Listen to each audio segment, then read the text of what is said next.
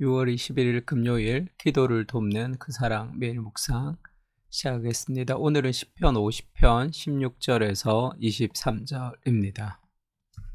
16절에서 23절을 보면 22절에 그런 말씀이 있죠.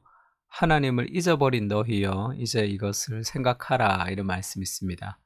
우리가 하나님을 잊어버리고 살았던 그 삶을 하나님이 이렇게 촉구하시면서 돌아오기를 원하시는 마음이 담겨져 있는 시편입니다. 오늘 제목은 하나님을 잊어버린 너희여 라는 제목으로 말씀을 좀 묵상하면 좋을 것 같습니다. 16절에 보면 악인에게는 하나님이 이르시되 네가 어찌하여 내 율례를 전하며 내 언약을 내 입에 두느냐. 이때 악인은 예수 믿지 않는 사람을 얘기하는 게 아닙니다. 이스라엘 백성을 얘기하는 거예요. 그 이스라엘 백성이 하나님의 백성인데 내 율례를 전하며 내 언약을 내 입에 두느냐. 너는 내 언약과 내 율례를 너의 입에 두어서는 안 된다. 지금 그 얘기를 하는 거예요. 왜 하나님의 이름을 입에 두어서는 안 되냐면 입으로는 열심히 신앙 고백을 하지만 그의 삶이 따라가지 않았기 때문입니다. 17절에 보면 네가 교훈을 미워하며 내 말을 너의 뒤로 던지며, 앞에서는 하나님에 대해서 얘기하지만 내 삶이 하나님의 말씀을 그냥 뒤로 던져버릴 정도로 무시하는 삶을 산다는 거죠. 도둑을 본즉 그와 연합하고 간음하는 자들과 동료가 되며 내 입을 악에게 내어주고 내 혀로 거짓을 꾸미며 앉아서 내 형제를 공박하며 내 어머니의 아들을 비방하는도다. 지금 삶과 신앙 고백이 지금 일치하지 않는 그런 신앙을 얘기하고 있습니다. 삶이 없는 신앙 고백을 버리라는 거죠. 내 삶이 따라가지 않기 때문에 내가 신앙 고백을 하지 않아야 된다는 말이 아니라 나의 신앙 고백, 하나님의 아들로서 은혜에 감사하는 사람이라면 그 은혜에 합당한 삶을 살도록 해야 된다는 거죠. 그러니까 지금 이 은혜의 반응, 복음에 대한 이해가 좀 부족한 겁니다. 그래서 그의 말과 삶이 다른 것을 하나님이 지금 경고하고 있는 거죠. 안타깝게 생각하고 있습니다.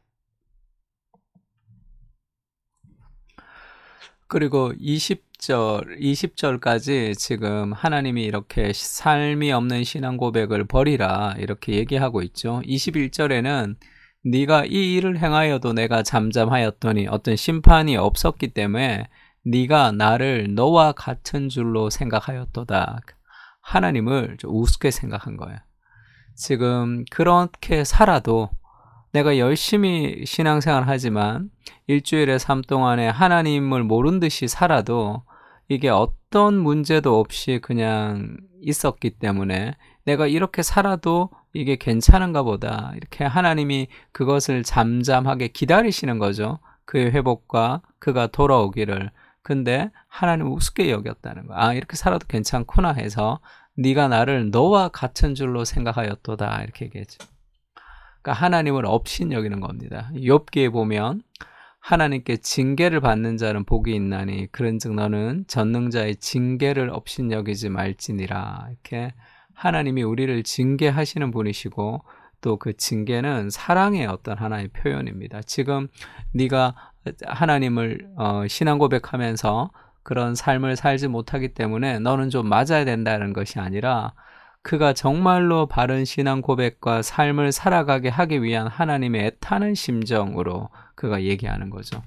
그러니까 하나님을 무시하고 살아가는, 하나님을 자신처럼 인간처럼 하나님에 대한 경외가 지금 사라져버린 신앙의 모습을 보여줍니다. 왜 삶이 따라가지 않냐면 하나님을 무겁게 생각하지 않기 때문이죠. 하나님을 더 사랑하지 않기 때문에 그렇습니다.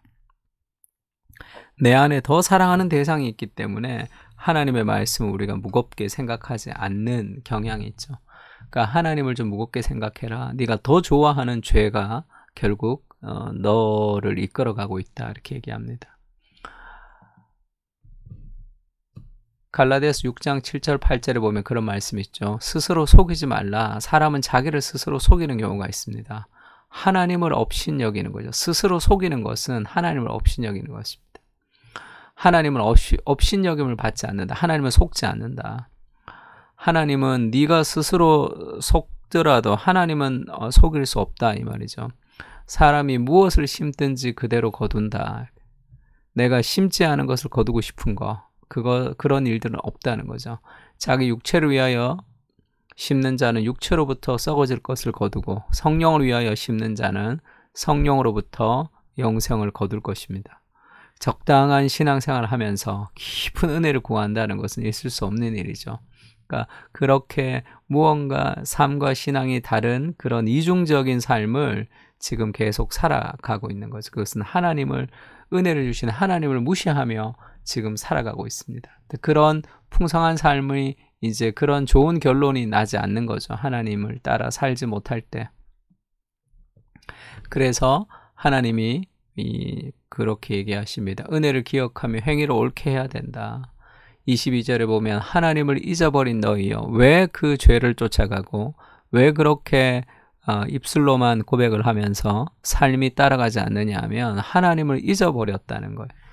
뭐 신자가 아니라는 말은 아니지만 이스라엘 백성이 아니진 않지만 하나님과 별로 관계하지 않는 하나님은 예배를 드릴 주일날 예배의 대상일 뿐이지 내 삶과는 동떨어진 그렇게 하나님을 잊어버리며 살기 때문에 삶과 신앙의 괴리가 크다 이렇게 얘기합니다. 하나님을 잊어버린 너희여 이제 이것을 생각해라. 하나님께 돌아오라는 거죠. 그렇지 아니하면 내가 너희를 찢으리니 건질 자가 없으리라. 이렇게 찢어서 짐승이 찢듯이 찢어서 죽어야 되는 그런 종류의 범죄를 한 거예요. 그러니까 하나님의 심판은 늘 공평합니다. 그러니까 우리가 찢어서 죽어야지 될 만큼의 하나님을 업신여기는 그런 잘못된 삶을 살고 있는 거죠. 너희 하나님을 잊어버리면서 그렇게 살면 너희를 찢을 것인데 결국 건질 자가 없을 것이다. 그 정도의 심각한 죄를 범하고 있다는 것을 알아라. 그리고 돌아오라 이렇게 얘기합니다. 그러면서 23절은 조금 뜬금없다는 느낌이 들 정도로 감사로 제사를 드리는 자가 나를 영화롭게 하는지, 그러니까 감사로 제사를 드려야 되는 거죠. 감사의 반응으로서의 제사를 드려야 됩니다. 그냥 제사 자체가 뭔가 나에게 좋은 것이 있을 것이라고 생각하는 것이 아니고 그의 행위를 옳게 하는 자에게 내가 하나님의 구원을 보이리라. 그러니까 감사로 제사를 드리는 자는 그 행위를 옳게 하는 자입니다.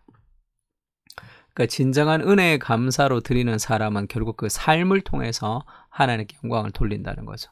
그렇지 않는 삶은 하나님을 잊어버린 삶은 반드시 찢어서 죽을 정도의 그런 심판을 받아야 되는 잘못된 행위를 하고 있다. 그렇게 얘기합니다. 얼마나 무서워요. 그럼 우리가 지금 일주일의 삶을 살면서 주일날 열심히 교회 다니지만 예배 오지만 그것도 뭐 늦게 오기도 하고 잘 드리지도 못하기도 하고 그러면 우리가 지금 얼마나 큰 죄를 범하고 있을까 이런 느낌이 들 때가 있죠. 그러나 우리에게는 누가 있죠? 그리스도가 계신다. 이렇게 죽어야 될 우리, 이렇게 찢어서 하나님 앞에 찢겨야 될 정도로 그렇게 하나님을 배신하며 살아가는, 그게 영적으로 간음하며 그렇게 살아가는 존재들이죠.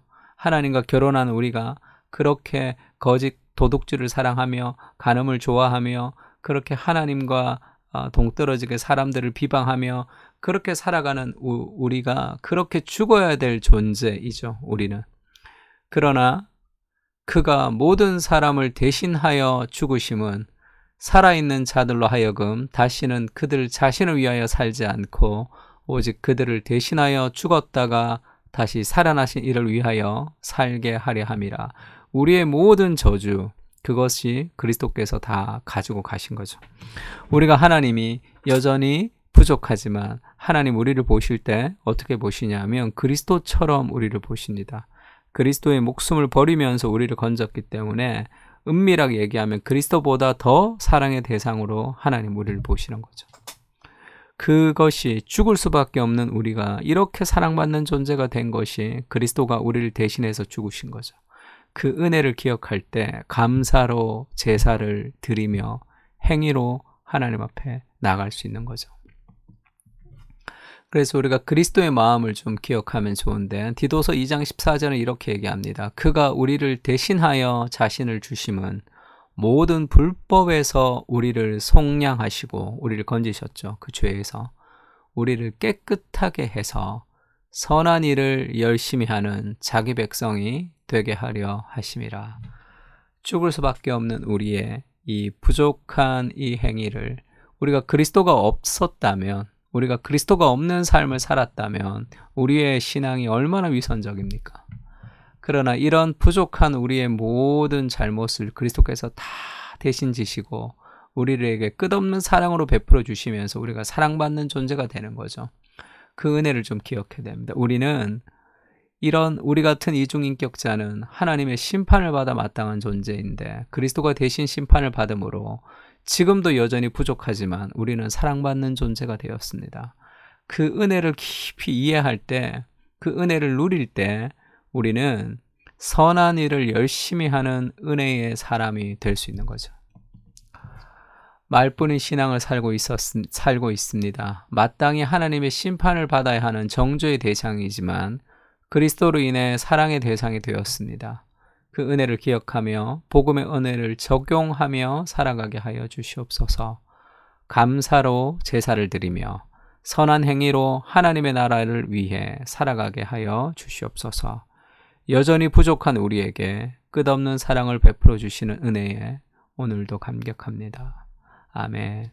죽을 수밖에 없는 우리를 건지시고 결국 건질 뿐 아니라 선한 일을 행하는 사람으로 만들어 가시는 그 하나님을 찬양하고 함께 기도했으면 좋겠습니다.